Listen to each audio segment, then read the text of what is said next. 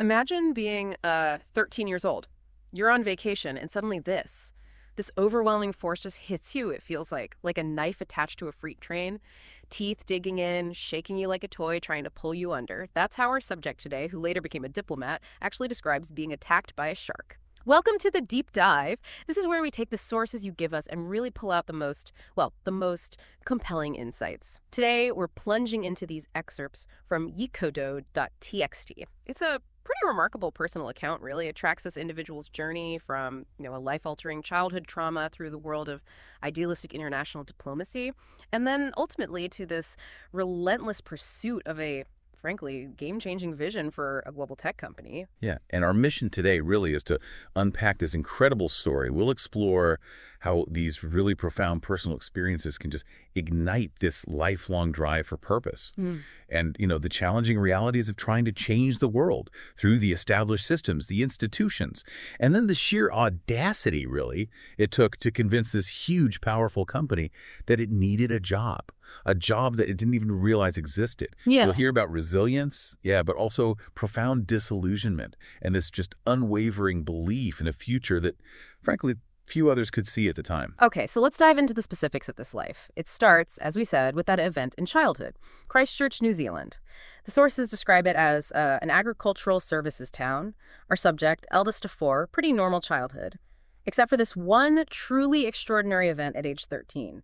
The shark attack. And this was far more than just, a close call. It was a desperate battle for survival. The shark locked its mouth right around their torso, shaking them, trying to pull them under. They actually describe it as hand-to-hand combat, just fighting with everything they had to get air. Yeah, and the immediate aftermath. This is where it gets really interesting, I think, especially their internal struggle right after the shark let go. It gives you this unique window into, the mind of a 13-year-old facing something completely unimaginable. So they struggle to shore, swimsuit basically in tatters, 2 big puncture wounds, a chunk of skin just gone. But amidst all the blood pouring out, their main worry, the shame of being exposed naked. They're actually trying to tell the fishermen who arrived that they're fine, just hoping they'll go away. Wow. And what's truly striking then is the medical attention that follows, or maybe the lack of it. They're in a remote part of New Zealand, no hospital nearby. So they drive, 20 minutes to this small single-story medical office. And the atmosphere there is described as almost jovial. Right. The father and the doctor are chatting about cricket, about trying to refloat whales the day before. And nobody even asks what happened to the child. Exactly. The wound just gets cleaned, stitched up, tetanus shot, done. And the advice to the parents is unbelievable, really. Expect mild pain. The kid might be a little dramatic because of shock. And everyone laughs, calling them a fighter. But the reality was anything but mild, wasn't it? Not at all. They describe being on fire, excruciating pain. They start vomiting blood, these thick, dark, sticky clots that look like coffee grounds. They're collecting it in a red plastic cup, trying not to wake anyone up. The pain just keeps getting worse and worse. And this detail about the parents' denial, it's incredibly telling, isn't it? It really highlights that human tendency sometimes to just cling to the reassuring story, even when the evidence is right there. Totally. Even as their kid's condition is clearly worsening, the parents just repeat the doctor's words, go back to sleep, you'll be fine. And that phrase, unbelievably, becomes a family joke later on. It's chilling. What they'd all find out later, of course, was devastating. The shark had bitten right through the bowel in several places. That led to sepsis, a massive life-threatening infection, and acute keratinitis, which is this severe inflammation inside the abdomen, basically poisoning them from the inside out. And that wasn't all, was it? No. It also caused their left lung to collapse from pulmonary edema. That's fluid buildup, making breathing almost impossible. And the right lung was damaged, too. So by morning, they can barely breathe. They tell their parents straight up, I'm dying. But still struggling to convince them their life is literally depending on it. And back then, 1993, no phone, can't drive. They're completely dependent. It actually took their eyes rolling back into their head for the mother to finally believe them. Just incredible denial. Yeah, it raises that question, doesn't it? About crisis-shattering denial and how different people cope. Because even then, the father is described as MIA, missing in action. Where was he? He'd taken the car. To show the fishermen the scraps of the swimsuit, hoping to identify the shark, maybe even hunt it down. While his daughter is dying. Seems so. And the drive back to the same town, the same doctor's office, was agonizingly slow. The father apparently not rushing at all, even slowing down at bridges to look for fish in the river. You're kidding. Nope. And then they're getting stuck behind a farmer moving sheep across the road. Oh my God. Meanwhile, the subject describes losing consciousness, feeling weightless and painless, like floating into unconsciousness where there's no suffering. But something inside fights it, thinking, I've got to get back. That survival instinct. Amazing. So back at the very same doctor's office, they're barely conscious now. Yeah. And they overhear a doctor say something like, she's dying, or maybe even she's dead. And the parents' reaction. This raw despair. The father howls, she was my favorite daughter. Her mother. Wails, just like the cat. Right. Apparently a cat they'd recently lost. Wow. Just wow. That's such a stark, almost darkly funny detail in such a desperate moment. It really shows that raw, unfiltered human response, doesn't it? It really does. And believing the person was dying or dead, the doctors then perform what gets described as an autopsy. Which wasn't actually an autopsy, right? It was an emergency procedure. Exactly. A standard ER thing for severe trauma when blood pressure is incredibly low and you just can't find a vein. So no anesthesia. They use this very large blade like a mini axe to slice into the arms and ankles. Oh, the pain must have been. Described as agonizing enough that my body spasms, and that sudden involuntary movement. That's what made them realize. That's what made them realize they were still alive. Yeah. Incredible. So that was the turning point. That was it. Airlifted to a hospital, hours of surgery, told they probably wouldn't make it. They actually started making funeral plans. But they did make it. Days later, they woke up from the coma, and the mother leans over and says, aren't you lucky the doctor saved you? And the response? Can't speak, right? Life support. Yeah. But gestures for a pen and paper. And writes, slowly, deliberately, apparently with emphasis, I saved myself. Wow. I saved myself. That hits hard. It really does. And it underscores this key insight, I think, that even when you're facing overwhelming odds, even with external help, that conviction in your own agency, your own power, that can be the strongest force for survival and recovery. And this experience, it just fundamentally reshaped them, didn't it? Absolutely. Made them bolder, apparently eager for adventure, compelled them to force themselves back into the water at the same beach just a year later. Gutsy. Totally. And it instilled this deep sense of purpose. Like, if I survive that against all odds, there has to be a reason, right? They felt this strong impulse, this need to change the world in some way. Okay, so that conviction that I saved myself drive, how did that translate into trying to change the world? Where did it lead them first? Well, it propelled them into law school first, focusing on human rights, international environmental treaties, that kind of thing, and then into the New Zealand Foreign Service. Driven by this idea, this genuine belief that the UN was, quote, the seat of global power, the place to make real change happen. Yeah, and they readily admit later how naive that was, describing themselves as young, a New Zealander, and very naive. But the work of the UN initially was focused on these big issues: biodiversity, oceans, climate change. And at first they loved it, right? Tackling these big global problems that cross borders. For a while, yes. But then came the years of endless negotiations and discussion that didn't seem to result in much change. Right. Finding themselves stuck in the UN's termless warren of meeting rooms. And there's this specific anecdote about a late-night session. Lawyers arguing over whether to put a semicolon or a comma in some report no one would ever read. And that leads to this critical moment, this profound disillusionment. There's an aging Argentinian diplomat there. Yeah. He watches this endless wrangling over punctuation, and he pauses and asks the room, essentially, what's the single most impactful thing that actually helped protect the oceans in the last decade? And the answer wasn't some treaty they'd spend years on? Nope. His answer, Nemo, the fish. Finding Nemo. Wow. A cartoon fish. Exactly.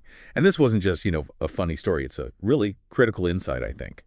It shows how effective influence, real impact, can sometimes completely bypass those traditional, slow, bureaucratic channels. Yeah, it forces you to ask, where does the real change happen? Is it in the policy grind, or is it in these big shifts in public thinking driven by culture? Precisely. And for our subject, the realization was just stark. The system was broken. I was wasting my 20s. So, concluding that Nemo achieved more than the entire UN, what next? They moved to the New Zealand Embassy in Washington, D.C., still hoping to be closer to where, quote, important decisions about the world were actually made. And finding it kind of amusing that U.S. officials would often say things like, wow, your English is really good. Right. And even in D.C., they pretty quickly realized New Zealand was mostly seen as, a harmless place for a vacation, not really relevant to big world affairs. There was that Mugabe incident, wasn't there? Yeah. Yeah, a clear example. Their bosses back home tell them to take a leadership position in opposing Mugabe. They mentioned this to their South African counterpart, who just laughs. Just laughs. Outright laughter. Just highlighting how insignificant New Zealand's influence was perceived to be in that specific, very serious context. Okay, so they've hit a wall with traditional diplomacy. Their belief in making a global impact is still there, but it needs a new direction. And the answer doesn't come from another government agency, does it? It comes from somewhere totally different. Right. It starts with what they call a Facebook epiphany in early 2009. Facebook back then. Yeah. It becomes this lifeline for them, living in a foreign city, connects them back to friends, family, their old life, and they start observing how people are using it. Politicians sharing vacation photos, like back in New Zealand, and their friend, Chris Hipkins, actually responding directly to voters on there. And by the middle of 2009, this fascination turns into something much stronger. An unshakable belief that Facebook was genuinely going to change the world. They see politics starting to migrate onto this platform, this enormous new gathering place. And crucially, they see Facebook setting the rules for this emerging global conversation. And the data. Exactly. They recognize the just unprecedented scale and value of the data Facebook was collecting, realizing, information is power. Yeah. And they start drawing parallels to, like, setting global rules for GMOs, genetically modified organisms. But this felt even bigger. The potential impact, positive and negative, felt immense. So they are completely convinced this is a revolution and they absolutely have to be at the center of the action. Right. They want in. Badly. There's a huge problem, isn't there? One massive problem, yeah. Nobody at Facebook seems to see it this way at all. Nope. Facebook apparently saw itself as, a fun way for people to waste time on the internet. It's not as this explosive force about to completely reshape global politics. Right. There were no teams working on politics or policy or international government relations. Nothing like that existed. So the task ahead is just monumental. They have to convince Facebook itself that a revolution is coming and that Facebook is that revolution. Which leads to this just extraordinary story of pitching a job that literally did not exist. And Facebook was notoriously hard to reach back then, right? Incredibly difficult. Our subject resorts to, quote, internet stalking contacts. Trying to find anyone at all to pitch this idea to. And initially, there's no one. No one relevant. Then, summer 2010, Marn Levine is hired as VP of Global Public Policy. Okay, that's a breakthrough. It's a signal, right, that Facebook is starting to think about politics, even if maybe not on the global scale our subject is imagining. So how do they get to Marn Levine? Well, they actually track down her home phone number and address. Seriously? Yeah. Yeah. They consider just cold calling, but then, as they put it, shame stops them. Probably wise. Probably. So, realizing that America often runs on who you know, they start scouring Marn's public Facebook friends list. And they find one mutual connection. Ed Luce. Ah, the network effect in action. Indeed. Ed Luce, though apparently bemused by this whole idea of recommending someone for a job that doesn't exist, eventually agrees, sends what's described as an embarrassingly generous email to Marn. Okay, progress. Sort of. Our subject even drafts this whole manifesto about how Facebook should engage politically. But their boyfriend convinces them it would just make them sound crazy. Probably also wise advice. That internal struggle, though, trying to push something so disruptive when nobody else gets it yet. Exactly. So months go by, diligent follow-ups that are diligently ignored. Ouch. Yeah. But finally, Marn agrees to a meeting, late 2010, at Facebook's Tiny TC office, which sounds more like a messy house than an office, littered with cords, monitors, food, company swag, Nerf guns. Classic early tech startup vibe. So the meeting happens. How does it go? Intense. Very intense. Our subject starts with the opening line. Facebook needs a diplomat. And Marn just interrupts immediately. Relentless questions. What do you mean by diplomat? Why would Facebook need someone like that? How would you rank that need? Just bam, bam, bam. Sounds like our subject kind of floundered. Yeah, floundered under the rapid-fire interrogation. They tried drawing that analogy again, the UN setting rules for GMOs, arguing Facebook needs to help write the rule book for data and content globally. And Marn's response? Still skeptical. Deeply skeptical. Just keeps pushback. Why? Matter to who? It's kind of astonishing looking back that this vision wasn't immediately obvious, isn't it? What does that tell us about, the gap between a visionary idea and the day-to-day concerns of a company that's growing like crazy? It's huge, right? And this leads to the crucial insight for our subject. Marn wasn't buying the global political force argument at all. Her focus was purely business, Facebook as a global business force. Oh. The only thing that seemed interesting to her about other countries was, would they help Facebook prosper or try to stop it? So our subject realized they'd kind of bought into the Zuckerberg social mission narrative. Exactly. But Marn, as a business exec, had a totally different lens, which is a huge lesson, isn't it? You have to understand your audience's perspective if you want your pitch to land. So Marn's final verdict. Blunt rejection. Flat out. A New Zealand Facebook diplomat is not one of them. Not on the list of priorities. She explains the policy team is tiny, totally focused on U.S. stuff, regulatory process, the FTC, Federal Trade Commission, dealing with Congress, the Hill. Her line was, "We are an American company. We are regulated by Americans, period." Wow. You'd expect that to be just crushing defeat. End of story. Right. But it wasn't. Apparently they felt strangely at peace. Really? Why? Because they learned something vital. They learned nobody at Facebook was thinking globally yet. And they learned the way to get their attention wasn't the grand vision. It was to make it all about growing their business. Phrase it in terms they understood. So the rejection actually clarified the path forward. Exactly. Strengthened their resolve, weirdly enough. Okay, so what happens next? Do they just give up? Not a chance. Weeks later, Marn just randomly calls. Out of the blue. Asking for advice. Yeah, with the Middle East uprisings, what we now call the Arab Spring. And specifically, should Mark Zuckerberg take credit for it? And our subject connects this immediately to China, showing some pretty shrewd geopolitical thinking. They say, basic, look, if you take credit for a people's revolution, China will be even less likely to ever let Facebook back into the country. Smart. Did that impress Marn enough to create the job? Not directly. Yeah. She dismisses the global strategy role again. But she does throw them a bone, as they put it, in the communications role in Australia. Noting, kind of oddly, that somehow the worst of the internet ends up on Facebook Australia. Okay, so not the policy job they wanted, but still. Hopes were sky high for a moment. But then nothing happens with it. It just fizzles out. So now maybe it's time to give up. Boyfriend and best friend are urging them to, right? They are. Everyone's telling them, let it go. And then February 2011, everything changes. They're in Atlanta, and they get this chilling call from their sister back in Christchurch. Just says, I think I'm going to die, and the call drops. Oh, my God. They land back in D.C. Phone just blows up with messages. Yeah. Massive earthquake in Christchurch. Magnitude 6.3, 6.5. Reports vary. Phone lines are down.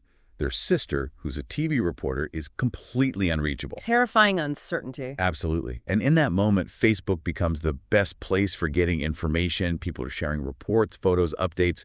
It highlights how these new technologies suddenly become vital in a crisis, doesn't it? Filling those critical gaps. Definitely. So they're desperately searching on Facebook. For hours. Anxious waiting. Yeah. And then finally a message pops up from the sister. What did it say? Draw raw. Love you. Lost everything. Nearly died in that building. I'm so scared. There was dust and stuff falling everywhere. One of the workers just told me of pulling a man out without his head, and I have seen body after body. There is a morgue beside our live truck. Just horrific, but also proof of concept. In the most awful way, yes. It profoundly shifts their perspective, cements the real-world value of Facebook in a crisis. They watch the whole aftermath unfold on the platform. People checking if friends are safe, sharing info on road closures, coordinating supplies. The warnings about drinking water, tips for dealing with liquefaction. Right, that thing where the ground basically turns to liquid during a quake, people offering spare rooms. The community's physical infrastructure is shattered, but they find this new infrastructure online. Facebook becomes this practical, digital, political tool, not just social. Exactly. And they know instantly they have to tell Marn. Even though they're pretty sure Marn doesn't want to hear from them ever again. Yep. Throws etiquette out the window, cold calls Marn's mobile phone. Gutsy again. How does Marn react? Annoyed, initially. Irritated. But then they explain why they're calling the Christchurch earthquake. And the pitch just flows out. Raw, personal, voice cracking, describing searching for their sister, describing Facebook as a lifeline. They said they felt Marn could finally see Facebook through my eyes. Connecting the platform directly to a real-world crisis, a human story. Exactly. Despite the boyfriend being apparently mortified by this unannounced call, It works. How soon? A week after the earthquake, a recruiter emails about that Australia communications job again. But they still want the global policy job. Absolutely. So they use every single interview for the Australia job and an opportunity to pitch the global policy job they believe should exist, just relentlessly pushing their vision. Talk about perseverance, leveraging every single interaction. It's incredible. And 3 months later, Martin calls. The moment of truth? Pretty much. The offer comes down to a simple choice from Martin. Which one do you want? The one you interview for or the one you pitched? And the answer? No hesitation. The one I pitched. And Martin's response? Still a bit skeptical. Yeah, with maybe a hint of recrimination, like, okay, you win. She says, I'm not sure that's how this should work, but the job's yours. Amazing. So they got it. The job they invented. They got it. Title, Manager of Global Public Policy. But Martin couldn't resist adding one last bit of doubt. Oh. Yeah, she adds, I'm still not even sure this is a job. I'm just not sure that there's enough work to do on this stuff, but we'll figure it out. Wow. Even in giving them the job, she's hedging. Totally. And our subject's final thought on getting this dream job they fought so hard for. What was it? I had no idea what I was getting myself into, which really shows, doesn't it? Even when you finally achieve the goal, the true scale of the challenge ahead can still be completely unknown. What an absolutely incredible deep dive that was. I mean, from surviving that brutal shark attack, the unbelievable medical misdiagnosis, to navigating the, frankly, frustrating realities of international diplomacy, and then just relentlessly pursuing a job that didn't even exist yet. It's just a powerful testament to, well, unwavering conviction. It truly is, and it highlights so clearly how those profound personal experiences can just forge this unbreakable will, and how that clarity of vision, that idea of what should be, can emerge right from the middle of chaos, or even from trying to prevent future chaos. The source material really shows us that path, doesn't it? From this pure idealism wanting to change the world of the UN to a much more strategic understanding of how to actually make an impact, even if that means learning to speak a completely different language, the language of business, just to get your revolutionary ideas heard by the people in power. Yeah, absolutely. So what does this whole story mean for you listening right now? Maybe consider this. How often are truly groundbreaking ideas dismissed at first, just because they don't fit the current way of thinking or the perceived needs of the moment? Right. And what kind of personal conviction does it take? Maybe even, as you said, audacity. Yeah. Not just to see a revolution coming before anyone else does, but then to actually convince the gatekeepers of this incredibly powerful entity that they need you specifically to help them